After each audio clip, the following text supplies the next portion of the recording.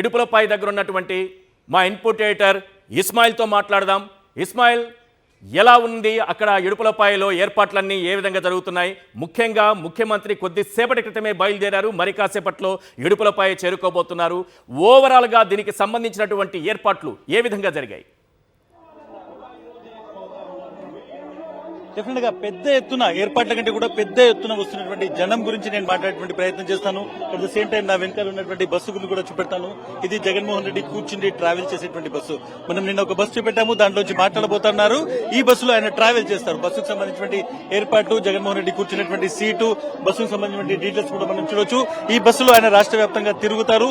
దీని ముందట ఇంకొక బస్సు ఉంటుంది, అందులో ఎక్కి ఆయన మాట్లాడతారు. సో బస్సుకు సంబంధించినటువంటి విజువల్స్ ప్రతి ఒక్కరు నిజంగానే రాష్ట్రం మొత్తం ఇదే బస్సు ద్వారా జగన్మోహన్ రెడ్డి ఏ విధంగా వెళ్లబోతున్నారు, ట్రావెల్ చేయబోతున్నారు నేను మీకు చూపెట్టేటువంటి ప్రయత్నం చేస్తున్నాను. చాలా మంది ఇక్కడ ఉన్నారు. చాలా మంది ఇక్కడికి చేరుకుని లోపలికి వెళ్లి ఏదైతే వైఎస్ఆర్ కు పూర్తిగా అక్కడికి వెళ్లి నివాళులర్పించేటువంటి ప్రయత్నం వచ్చినటువంటి సామాన్య జనం కార్యకర్తలు లోపలికి నాతో పాటు చాలా మంది ఉన్నారు. చెప్పండి, ఉదయం నుంచి జనం వస్తూనే ఉన్నారు.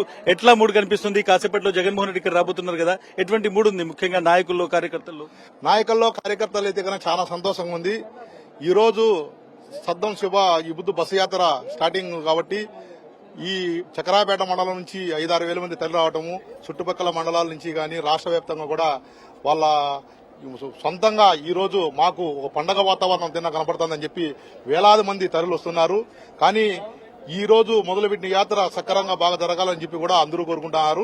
కానీ కొంచెంసేపట్లో జగన్మోహన్ రెడ్డి గారి హెలికాప్టర్ కూడా దిగబోతుంది. జగన్మోహన్ రెడ్డి హెలికాప్టర్ కూడా రాబోతున్నారు. ప్రతి ఒక్కరిలో ఒక ఎక్సైట్మెంట్ కనిపిస్తుంది. ఇక్కడికి వచ్చిన తర్వాత చాలా మంది చూసిన ఏంటంటే సాధారణంగా ఎక్కడికక్కడ సభలు గ్యాదరింగ్స్ పెట్టారు కాబట్టి ఈసారి లోకల్ వాళ్ళని ఇక్కడికి వస్తారని బట్ చాలా మంది వివిధ జిల్లా వాళ్ళు కూడా ఇక్కడికి వచ్చేసి జగన్మోహన్ రెడ్డి యాత్రలో సంఘీభావం తెలపాలి, వాళ్ళతో నిలబడాలి అనేటువంటి ఒక ఆలోచన చాలా మంది బట్ ఈ రోజు దాదాపు 1 గంటన్నర తర్వాత ఈ మొత్తం యాత్ర ప్రారంభం కాబోతోంది. ముఖ్యంగా ఇక్కడ నేను నిల్చున్నటువంటి ఏదైతే వైఎస్ఆర్ ఘాట్ ఉందో దానికి సంబంధించిన ఎంట్రీ పాయింట్ ఇది.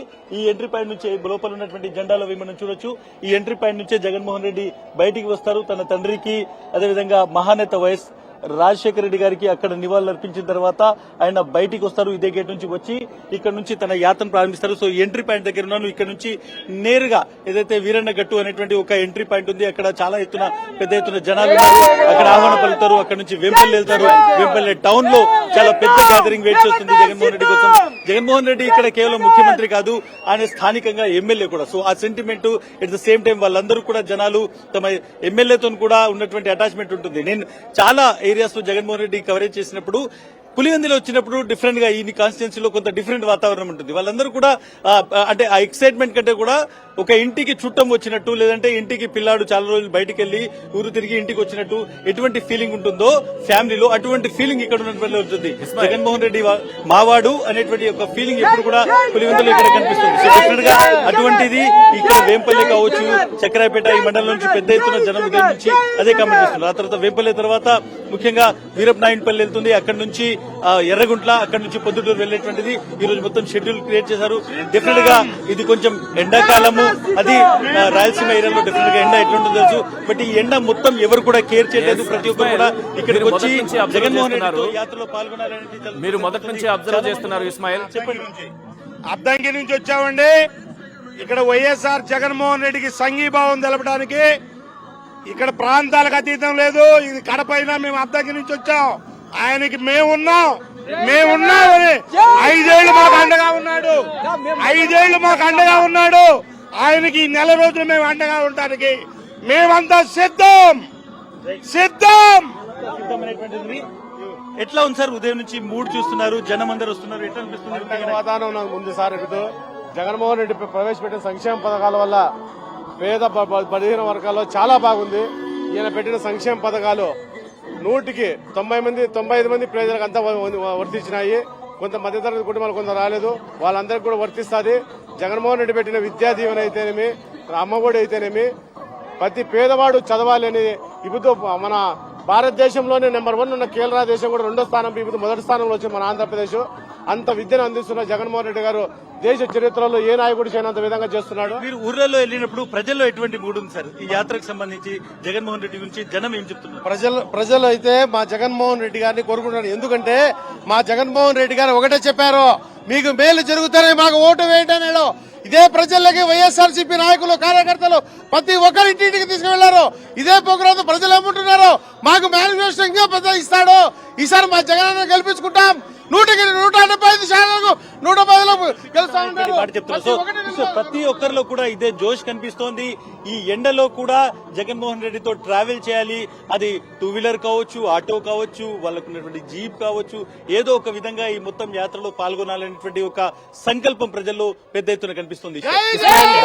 మీరు చూశారు, గతంలో కూడా సీఎం ఓదార్పు యాత్ర అంటే అప్పుడు ఆయన ఒక నాయకుడిగా ఓదార్పు యాత్ర చేసినటువంటి విధానం కానీ, ఆ తర్వాత ప్రతిపక్ష నాయకుడిగా ఆయన చేసినటువంటి పాదయాత్ర కానీ, తర్వాత ముఖ్యమంత్రిగా ఉన్న సమయంలో ఆయన చేసినటువంటి నిర్వహించినటువంటి సిద్ధం సభలు కానీ ఒకదానిని మించి ఒకటి సూపర్ సక్సెస్ అన్నట్టుగా దూసుకుపోతూనే ఉంటాయి. అంటే ఆయన ఏ కార్యక్రమాన్ని తీసుకున్నా దాన్ని 100కు 100% సక్సెస్ రేట్ సాధించేలా ఉంటుంది. ఎలా ఉండబోతుంది అనుకుంటున్నారు మీ అంచనా ప్రకారం? మీరు ఈ మూడు కూడా, నేను చెప్పిన ఈ మూడు కూడా మీరు ఫాలో అయ్యారు, ఎలా ఉండబోతోంది ఇప్పుడు మేమంతా సిద్ధం బస్సు యాత్ర? డెఫినెట్ గా నేను మొత్తం లాస్ట్ 15 ఇయర్స్ నుంచి లేదంటే లాస్ట్ 20 ఇయర్స్ నా జర్నలిజం కెరీర్ లో చాలా యాత్రలు చూశాను. ముఖ్యంగా జగన్మోహన్ రెడ్డికి సంబంధించిన ఓదార్పు యాత్ర అది ఉదయం స్టార్ట్ అయ్యి రాత్రి 2, 3, 4 గంటల వరకు కూడా ఓదార్పు యాత్ర అనేటువంటిది కంటిన్యూ అయ్యేది. ఎందుకంటే చాలా మంది జగన్మోహన్ రెడ్డి కోసం అప్పుడు ఎదురు చూసేవారు, వాళ్ళకి వెళ్ళేవారు, వాళ్ళ ఇంటికి జగన్మోహన్ రెడ్డి వెళ్లేవాళ్ళు. కాబట్టి ఆ తరుణంలో పెద్ద ఎత్తున జనాల దగ్గరికి రోడ్ల మీద జనం వెయిట్ చేయడము, పూలు చల్లడము, ఒక స్థాయిలో అయితే జగన్మోహన్ రెడ్డి మీద చల్లినటువంటి పూల వల్ల ఆయనకు కంటికి ఇన్ఫెక్షన్ వచ్చినటువంటి సిచ్యువేషన్. ఆ తర్వాత పాదయాత్ర అనేటువంటిది నిజంగానే 2017 నవంబర్ లో స్టార్ట్ అయినటువంటి ఈ పాదయాత్ర నేను ఇక్కడ నుంచి ఆ రోజు రిపోర్ట్ చేశాను. స్టార్టింగ్ పాయింట్ నుంచి విపరీతమైనటువంటి జనం, ఈ ఏరియా మొత్తం నిండిపోయింది.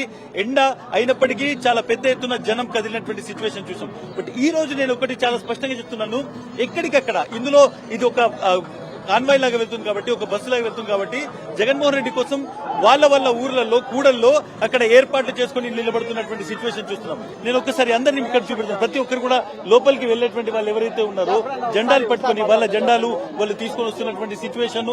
సో ఇంత ఎండలో కూడా ఏ స్థాయిలో ఒక ప్రిపరేషన్ కావచ్చు, లేకుంటే వాళ్ళ ఓన్ గా వస్తున్నటువంటి దృశ్యాన్ని మనం ఇక్కడ చాలా స్పష్టంగా చూస్తాం. బట్ రెండో విషయం ఏంటంటే, ఏ మీటింగ్ కాబట్టి ప్రతి ఊరు, ఇది కేవలం నేను కొద్ది ఇంపార్టెంట్ వేంపల్లి కావచ్చు, ఎర్రగుంట అనేటువంటివి హెడ్ క్వార్టర్స్ లేకుంటే మండల హెడ్ క్వార్టర్స్ లాంటివి, బట్ ప్రతి విలేజ్ లో కూడా అక్కడ జగన్మోహన్ రెడ్డి ఆగాల్సి ఉంటుంది అనేటువంటిది ఇక్కడ ఉన్నటువంటి నాయకులు చెప్తున్నారు. ఎందుకంటే ఆ విలేజ్ లో వెళ్తున్నప్పుడు వాళ్ళు ఖచ్చితంగా జనం అక్కడ ఉంటారు, ఆపుతారు. కాబట్టి షెడ్యూల్ ఏదైతే వేస్తున్నారో దానికంటే స్లోగా నడిచేటువంటి యాత్రగా ఇది ఉండబోతుంది. ఎందుకంటే దాన్ని ప్రతి చోట అందరూ ఆపుతారు కాబట్టి ప్రతి ఒక్కరు జగన్మోహన్ రెడ్డితో కలవాలి అనేటువంటిది.